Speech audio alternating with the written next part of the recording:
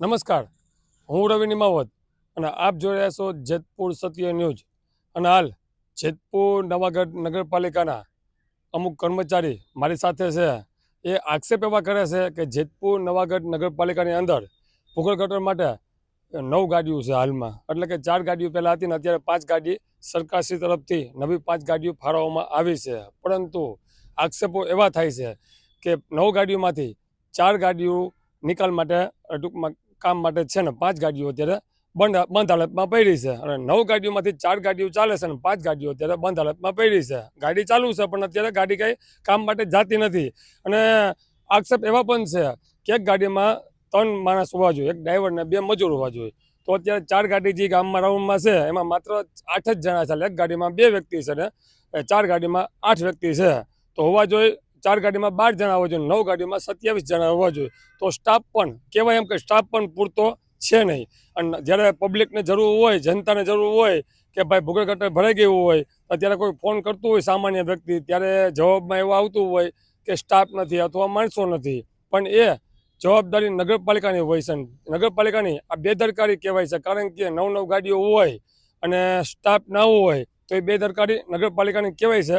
અને સાથે એવા પણ આક્ષેપો કરવામાં આવ્યા છે કે જે ડ્રાઈવરો છે એ ડ્રાઈવરો પાસે લાયસન્સ પણ નથી, એવા આક્ષેપો કરવામાં આવે છે. અને મારી સાથે જે નગરપાલિકાના કર્મચારી છે, કાયમી નથી એટલે કે રોજમદાર છે અને ટેમ્પરરી કર્મચારી છે, આપણે એની સાથે વાત કરીએ ખરેખર સમગ્ર ઘટના શું છે અને હકીકત નગરપાલિકાને શું છે. આપણે જે વ્યક્તિ છે એની પાસે જાણવાની કોશિશ કરીએ. ભાઈ, શું નામ આપનું?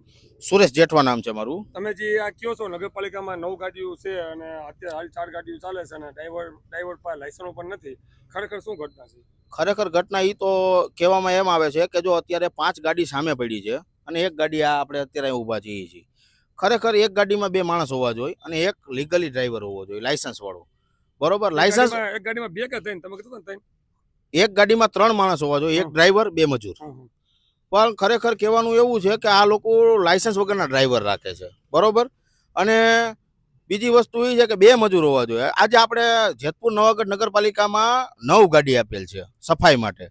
આજે પબ્લિકને તમે પૂછી શકો છો ગમે એ જગ્યાએ કે કેટલીક સફાઈ થાય છે, કેટલી નથી થતી. આજ માણસો એવી ફરિયાદો અમે કરે છે, ફરિયાદ કરવા જાય ને ત્યારે કે ભાઈ અમારી પાસે છે ને 4 દિવસ પહેલા ફોન કરેલો હતો, આજે તમે આવ્યા. બેન, કાંઈ વાંધો નહીં, આજ અમે આવ્યા કામ કરવા, પણ હવે શું છે ફરિયાદ, આપણે ફરિયાદ નિકાલ કરી દઈ છીએ. પણ આજ માણસો 4-4, 5-5 દી લગી હેરાન થાય છે. તો એ શેરીમાં મચ્છર કે આ દુર્ગંધના આવતી હોય ગટરની, બરોબર, તો આ એ લોકો જેતપુર નવાગઢ નગરપાલિકા ન સમજી શકે. બરોબર. અને બીજી વસ્તુ એ કે આજે મને આ કામમાંથી ઉતારી નાખ્યો છે. બરોબર. આ 3 વર્ષથી આમાં હું કામ કરતો હતો. બરોબર. એટલે એ લોકોએ અડધા દીની રજામાં મને કાઢી નાખ્યો. એ કે ભાઈ હવે તમે ન આવતા, કારણ કે આપણે સાચું બોલવા વાળા રહીએ. બરોબર. હવે અત્યારે તમે જોઈ શકો છો કે એક ગાડી આ નવી આવેલી છે, હમણાં જ આવેલી છે નવા કોન્ટ્રાક્ટમાં. બરોબર. અને 2 ગાડી નવા કોન્ટ્રાક્ટની હમી પડેલી છે છોટા હાથી. બરોબર. અને જો 3 ગાડી રહીને લાઈનમાં એ જૂની પડેલ છે. બરોબર. 3 ગાડી જૂની છે. અત્યારે એક આ ગાડી આ નવી ગાડી એવી છે ને? હા. એક ગાડી આ, 2 ગાડી ઓલી. હા. તો માણસોનો સેટઅપ ખરેખર 3 ગાડીઓ છે. કેટલી ગાડી પડી છે અત્યારે એ 5 ગાડી પડેલ છે. ટોટલ 5 ગાડી અહીંયા પડેલી છે. તો અને 9 એક આ ગાડીઓમાંથી છઠ્ઠી ટૂંકમાં અને 3 ગાડી કામ કરવા ગઈ છે. એટલે ફરિયાદો અહીંયા વધારે જ હશે. બરોબર. કામ નહીં થયા છે. એટલે એમને 9 ગાડીઓમાંથી 3 ગાડી અત્યારે રાઉન્ડમાં છે હા. ફરિયાદ માટે. હા. અને 6 ગાડી અહીંયા પડી છે. હા. બરોબર. એટલે માણસોનો સેટઅપ આ લોકો પૂરો ભરતા નથી અને માણસો માથે ટોર્ચર કરે છે. એવો ટોર્ચર કરે છે કે તમે ફરિયાદો કરો ને કરો. એક ગાડી 24 થી 25 ફરિયાદ કરે છે એક દિવસમાં. ટૂંકમાં તમારું કેવું એવું છે, ગાડીઓ તો પૂરતી આવી ગઈ છે. હા. ગાડીઓ નગરપાલિકા પાસે પૂરતી છે પણ સ્ટાફ પૂરો નથી. બરોબર. અને આ લોકો કેવું કરે છે ટોર્ચર કે ભાઈ તમે અડધા દીની રજા રાખો ને તો તમને કામમાંથી કાઢી નાખશે. તો કાંઈ વાંધો નહીં, તમે સેટઅપ ભરો માણસોનો. તમે પગારદાર છો કે? નહીં, હું કોન્ટ્રાક્ટર છું, કાયમી નથી. હું પગારદાર છું અને રોજ માથે છું. બરોબર. હવે આ લોકોએ એવું કર્યું છે કે જૂના માણસો જે બોલે ને એને કામમાંથી કાઢી નાખો. તમે કેટલો સમય ત્યાં નગરપાલિકામાં છો? 3 વર્ષથી છું આમાં અને હું જૂના કોન્ટ્રાક્ટમાં હતો. તમે બીજા આક્ષેપ કર્યા કે અમુક ડ્રાઈવર પાસે લાયસન્સ પણ નથી? લાયસન્સ એ નથી અમુક પાસે. મારી પાસે કોઈ પુરાવા છે લાયસન્સ નથી એવું? પુરાવા છે જ મારી પાસે. આજે એ ડ્રાઈવર અત્યારે અહીંયા હાજર નથી, નકર બાકી એ બતાવત. બરોબર. એની પાસે લાયસન્સ નથી એ માણસ પાસે. લાયસન્સ વગર ગાડી ચલાવવામાં આવે છે? હા, લાયસન્સ વગર ગાડી ચલાવવામાં આવે છે.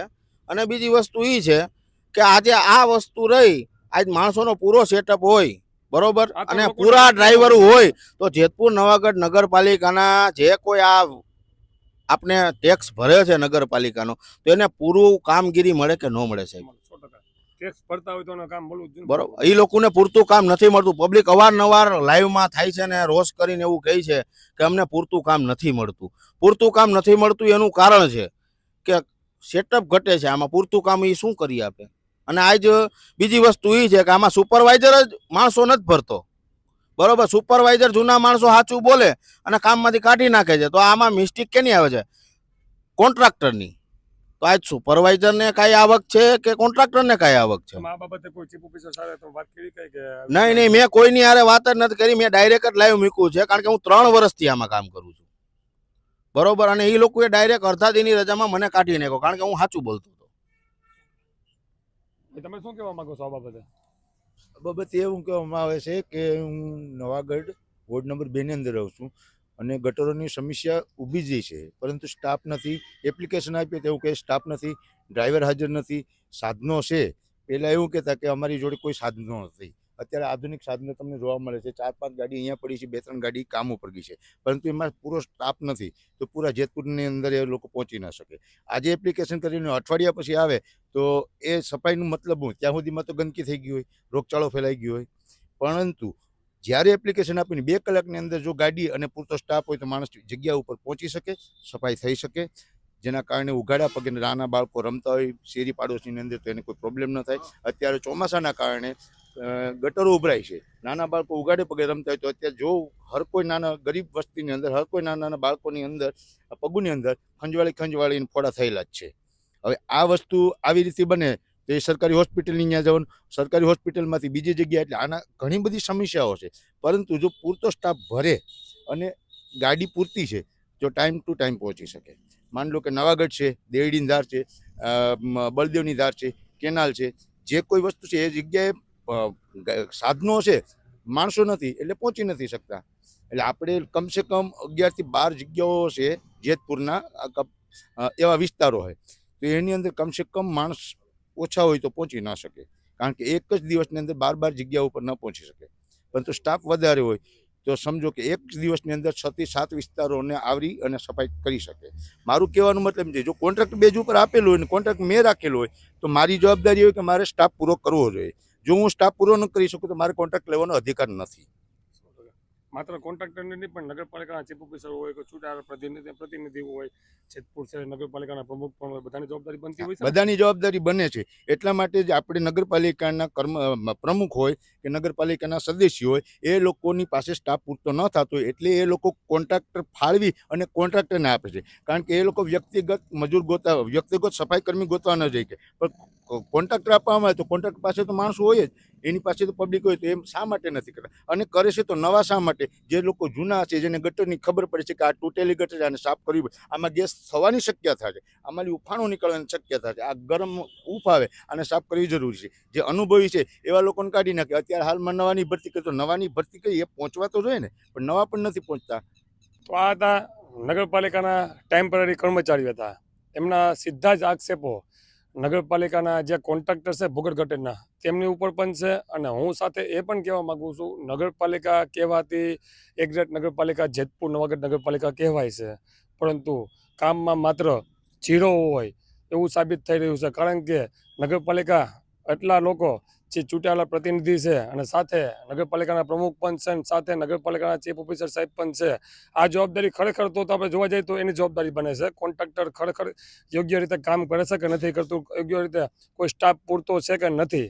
હાલ તમે જોઈ શકો છો કે જેતપુર નવાગઢ નગરપાલિકામાં જે 5 ગાડીઓ નવી ભૂગર્ભ ગટર માટે સરકાર તરફથી ફાળવવામાં આવી છે તેમાંથી 1 ગાડી અત્યારે નવી ગાડી અહીંયા હાજર પડી છે અને 4 ગાડીઓ 4 થી 5 ગાડીઓ જૂની અત્યારે અહીંયા પડી છે. એટલે 5 ગાડીઓ 5 થી 6 ગાડીઓ અત્યારે અહીંયા પડેલી છે અને 3 ગાડીઓ અત્યારે ગામમાં ગ્રાઉન્ડમાં છે, એટલે કામના નિકાલ માટે છે. તો હું કહેવા એ માગું છું, જો ખરેખર પૂરતો સ્ટાફ હોય તો લોકો હેરાન ના થાય. કેમ કે જેતપુર શહેર માત્ર નાનું નથી, જેતપુર શહેર બહુ ખૂબ જ મોટું છે અને જેતપુર શહેરમાં અનેકો જાતની ફરિયાદો આવતી હોય કે ભૂગર્ભ ગટર ભરાઈ જતી હોય ત્યારે જવાબમાં એવા આવતા હોય છે કે ગાડીઓ નથી અથવા સ્ટાફ નથી.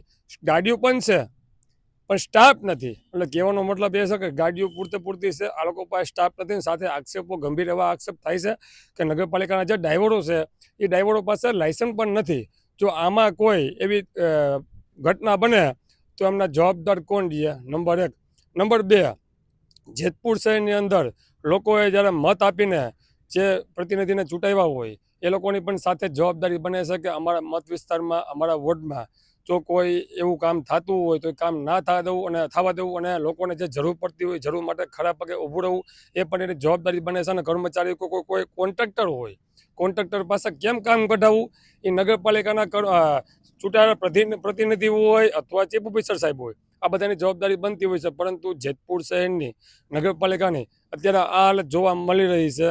કર્મચારી પણ એવું આક્ષેપ કર્યા છે કે મેં માત્ર બપોર પછી એક રજા રાખી તો મને કામેથી કાઢી નાખવામાં આવે છે અને નવા માણસોની ભરતી કરવામાં આવે છે. નવા માણસોની ભરતી કરે એટલે એની પાસે કોઈ એવું પરિચય ન હોય કે આ ભૂગા ગટરનું કેમ સાફ કરવી, કેમ સાફ ન કરવી, એવા માણસોને કામમાં રાખવામાં આવે છે. તો એ ગટર કેવી રીતના સાફ કરતા હશે? કદાચ ગટર સાફ કરે તો એ જેવી તેવી ગટર સાફ કરી નીકળી જાય તો પાછો 2 દિવસ પછી કે 3 દિવસ પછી પાછો એને એ જ સામે આવવાનો છે. બરાબર? તો મારું કહેવાનું એ થાય છે, લોકોને પણ કહેવા માગું છું, નગરપાલિકાને પણ કહેવા માગું છું અને નગરપાલિકામાં જે ચૂંટાયેલા પ્રતિનિધિ છે એમને પણ કહેવા માગું છું. અને સાથે નગરપાલિકાના જે સરકારી ચીફ ઓફિસર હોય છે એમને પણ હું કહેવા માગું છું કે સાહેબ તમારી આ જવાબદારી બને છે જેતપુર નગરપાલિકાની હદમાં જેટલા પણ વોર્ડ આવતા હોય એ વોર્ડમાં પૂરતો સ્ટાફ રાખો અને સાફ સફાઈ કરવી એ તમારી જવાબદારી છે. અને વધુ અપડેટ જોવા માટે જોતા રહો જેતપુર સત્ય ન્યૂઝ.